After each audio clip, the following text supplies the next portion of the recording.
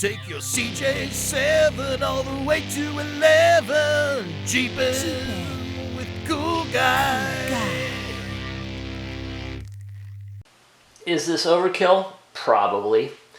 But both of these nuts on here are fairly rusty. They're not 3/4. They're not 11/16. They're not 18 millimeter, and they're not 17 millimeter. They're right in between all of those. So my concern is that if I use anything that's got way much more, that doesn't fit perfectly, I'm going to strip those bolts, or those nuts. I strip those nuts, I'm basically screwed, because at that point, how do you get something like this off? So I'm going to try and use a monkey wrench, and hopefully I can get it tight enough, and I have enough leverage to be able to break these bolts. This is complicating. Let's at least try the other one. I'm kind of at an impasse here. I'm replacing the lines anyways. So for me to be able to get these out in the condition that they're in, I'm actually going to have to cut off this pipe so that I can get a socket head down on top of this thing and make sure that I've got a clean, very tight fit on it. Other than that, I don't have any idea what to do. Ultimately, I need to get these lines off one way or the other, so that's my next path. Alright, so just finished cutting through it. One thing, this one is the return line, so this is what goes back to the reservoir. The cool thing about it is that there wasn't any fluid in here, but I did bend these both down and drain them out so that if I did have to cut them off, I wasn't going to throw brake fluid or power steering fluid all over the place. Just pull that off. Alright, now let's see if I can make more noise. I can only hope that this is going to work the way that I think it's going to work. So I was able to get the socket on there, and I did find out that this is actually 18 millimeters. And it's on there snug, so this is an 18 millimeter fitting. I don't have a crescent wrench or a wrench that's that size. I only have the sockets. Ah, yay! Okay, that makes me feel so much better that I didn't make some stupid mistake. All right, now that we've got that broken off, or the seal broken, now we can take that thing off. Just trying to clean off as much dirt, rust, and so on, so that when I pull this bolt off, it doesn't fall necessarily into the actual gear itself. And there's the actual nut. Boy, you can see that thing was rusted all the way down through. Knowing that this was the actual pump line, I kind of figured there'd be a whole bunch of fluid in here, just in this little knuckle, this knee, but I was lucky. I guess I drained enough of it out to where that wasn't a problem. So here we are. Now that we've cut this one off too, screw it, tired of dealing with that. Let's break this open. That's a little bit tougher of an angle because it's right up against the actual frame lip. Well, all I need to do, get it loose.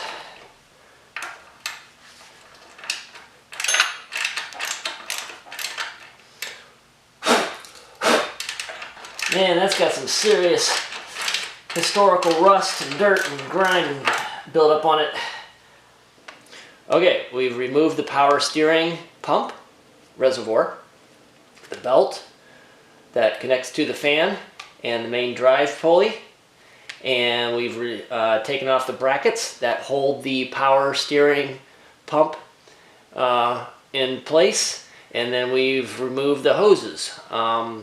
Unorthodox, but next step is to actually get on to the bigger things. Now we need to go into the steering gearbox, and that is this big honking piece down here that is connected by big honking, because I like honking, bolts. So you got two big ones right here that hold.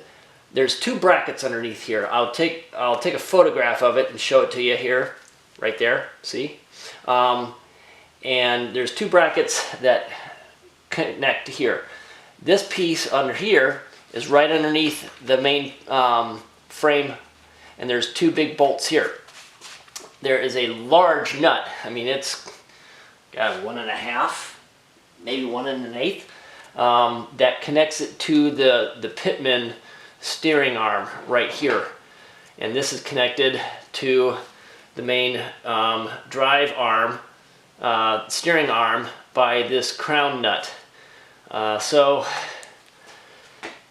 assuming that I should probably start with the crown nut, so we'll take that off first, and then we'll go into these two bolts, and then we'll take the two underneath here off, and then at that point we should be able to take the whole thing off as an assembly. But I will probably crack the seal on the main, the large nut that's right underneath here, just because it's big and I need to use the support of the other pieces to be able to crack that seal. All right, here we go. Let's figure out the crown nut first. Needle nose pliers, take out the cotter pin. But if it was easy, it wouldn't be a Jeep.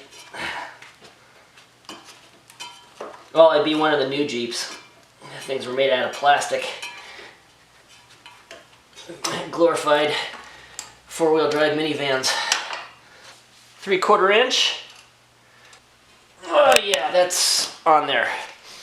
Huh. Wow.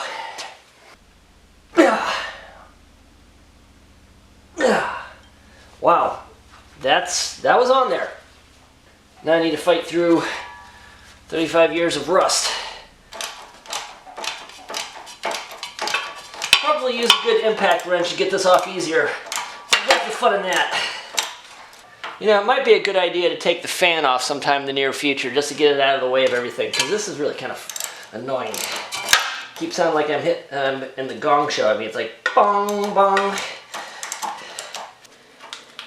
And one really rusted crown nut. Sitting on one really rusted pitman arm and a tie rod. So one of the things that I discovered while ordering replacement pieces for this, and tie rod and what's the name, the other name for these things? Steering link joint are all the exact same thing. From what I can tell, at least for this model. So basically you're going to need a new one for this, and the other end that goes out to the steering knuckle, and then you're going to need a tie rod for that side, and then you'll need a tie rod for that side. But they're all the exact same thing, so if you want to replace them all, you can just order one of the same and you're good to go. Let's move on to the top bolts here. These are 9/16? 5/8. 5/8. I don't like the way that feels. That's kind of soft. Okay, yeah, they're going. I was kind of concerned that these things were just going to strip right out or snap off. Oh my God, did I speak too soon? Oh God. Alright. Fine. Well, we're still batting 500. 1 out of 2 ain't bad, I suppose. That's always a good sign when you take the thing off and the washer comes apart in pieces. So this right here, this is your steering gearbox. This and this are both support brackets.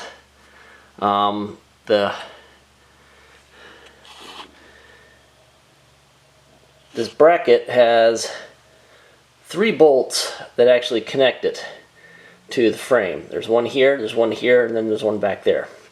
And then there's 2 bolts that actually connect this bracket to the actual bottom part of the steering box. These 2 right here. This one, there's one right behind it, right here. I'm going to take these off and leave the bracket on the actual car, because I think it's going to be a little bit easier to get it off that way. There's apparently a nut that I need to take off there. Oh, that's one of those star nuts. Huh.